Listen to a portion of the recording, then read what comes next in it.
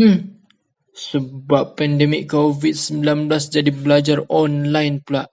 Kat kelas je yang ada kawan aku malas, apatah lagi kat rumah dan assignment yang bertumpuk macam ni. Ish.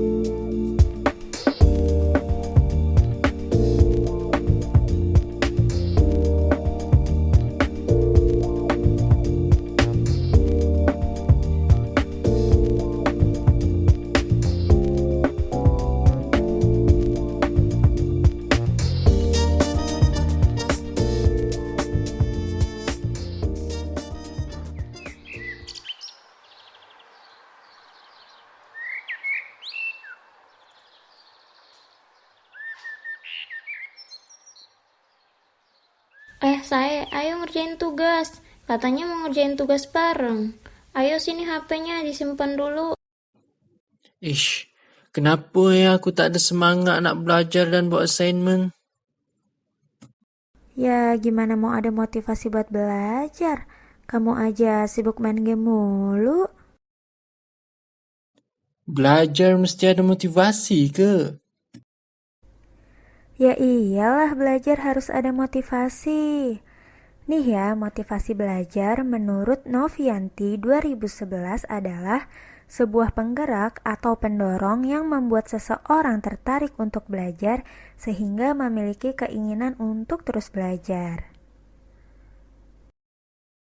Nah, selain itu, ada juga yang namanya jenis-jenis motivasi. Yang pertama, ada motivasi intrinsik. Menurut Jamarah dalam Masni tahun 2015, motivasi intrinsik adalah keinginan bertindak yang disebabkan oleh faktor pendorong dari dalam diri individu itu sendiri yang tidak dirangsang dari luar untuk mencapai tujuan tertentu. Hal ini dilihat dari kegiatannya yang tekun dalam mengerjakan tugas-tugas dan belajar karena keperluannya untuk mencapai tujuan belajar yang sebenarnya, bukan untuk mendapatkan hadiah dan pujian. Yang kedua, motivasi ekstrinsik. Menurut Masni tahun 2015, motivasi ekstrinsik timbul dari pengaruh di luar diri individu seperti adanya ajakan, suruhan, dan paksaan dari orang lain sehingga individu mau melakukan sesuatu. Contohnya, belajar hanya semata-mata untuk mendapatkan nilai yang tinggi untuk lulus dan mendapatkan pujian serta penghargaan. Ada tak karakteristik individu yang memiliki motivasi belajar yang tinggi? Ada saya. Nih ya, aku sebutin ciri-ciri individu dengan motivasi belajar tinggi menurut UNO 2008, yaitu adanya hasrat dan keinginan berhasil, adanya dorongan dan kebutuhan dalam belajar, adanya harapan dan cita-cita masa depan, adanya penghargaan dalam belajar, adanya kegiatan yang menarik dalam belajar, dan adanya lingkungan belajar yang kondusif sehingga memungkinkan individu untuk belajar dengan baik.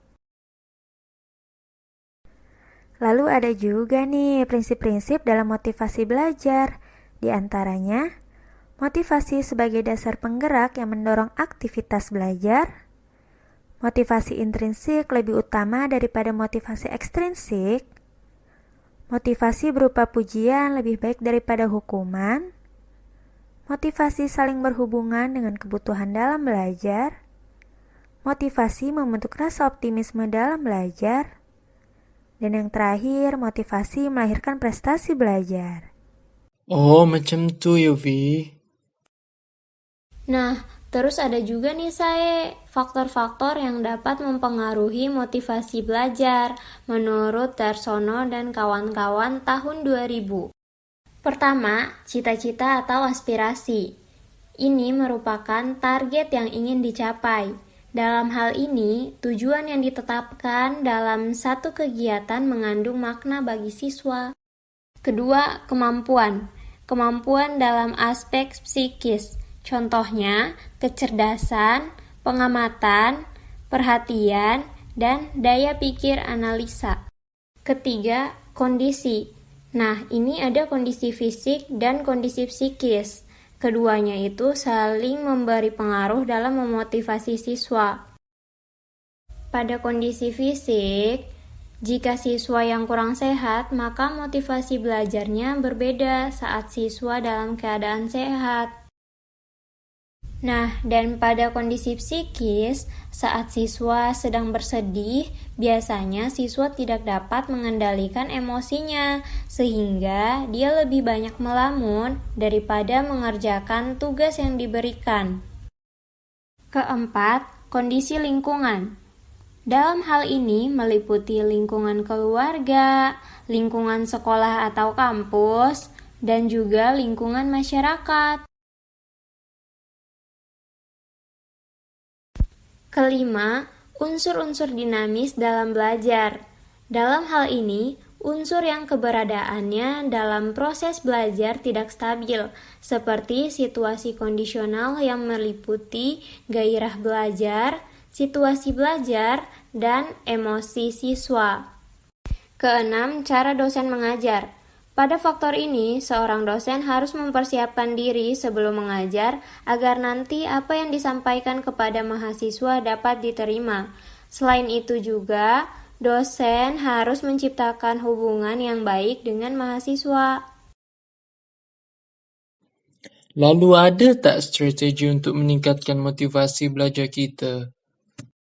Menurut Klaus Semeler dalam Masni 2015, strategi meningkatkan motivasi diantaranya dengan cara sebagai berikut.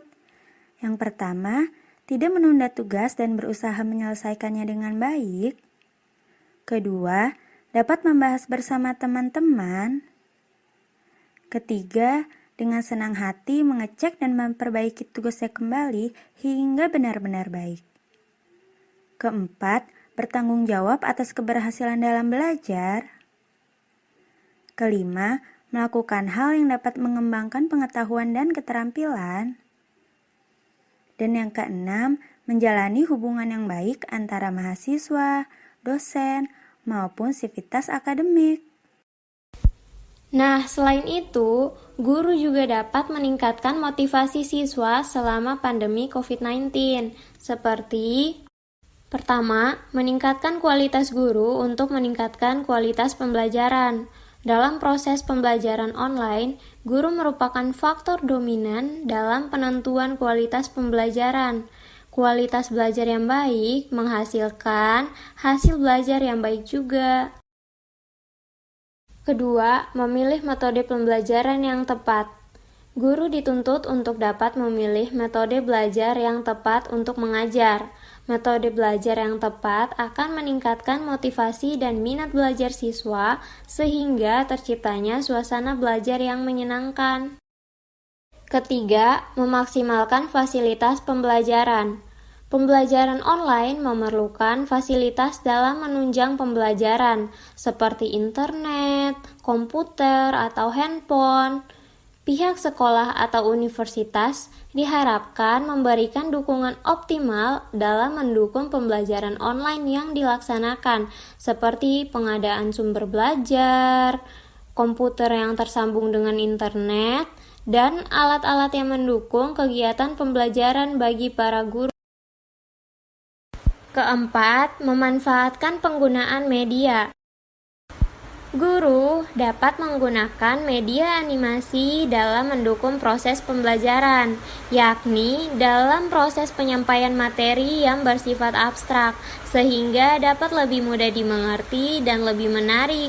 Nah, media yang digunakan dapat berupa PowerPoint yang menarik, membuat bagan yang menarik, membuat poster, atau membuat animasi video. Kelima, melakukan evaluasi pembelajaran.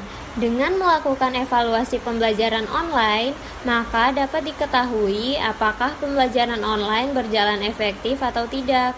Jika dirasa tidak efektif, maka dapat melakukan modifikasi pada sistem pembelajaran yang sesuai dengan siswa. Nah, saya sekarang udah tahu kan bagaimana cara meningkatkan motivasi belajar? Ya, dah tahu dah nih. Jangan tahu-tahu doang ya, tapi diterapkan juga. Siap. Terima kasih ya Via dan Nunu atas penjelasannya. Iya, sama-sama saya. Walaupun di masa pandemi seperti ini, motivasi belajar kita harus tetap terjaga. Bener banget tuh Vi. Agar semua tugas dan tanggung jawab kita sebagai pelajar terselesaikan dengan baik dan tidak membuat kita stres.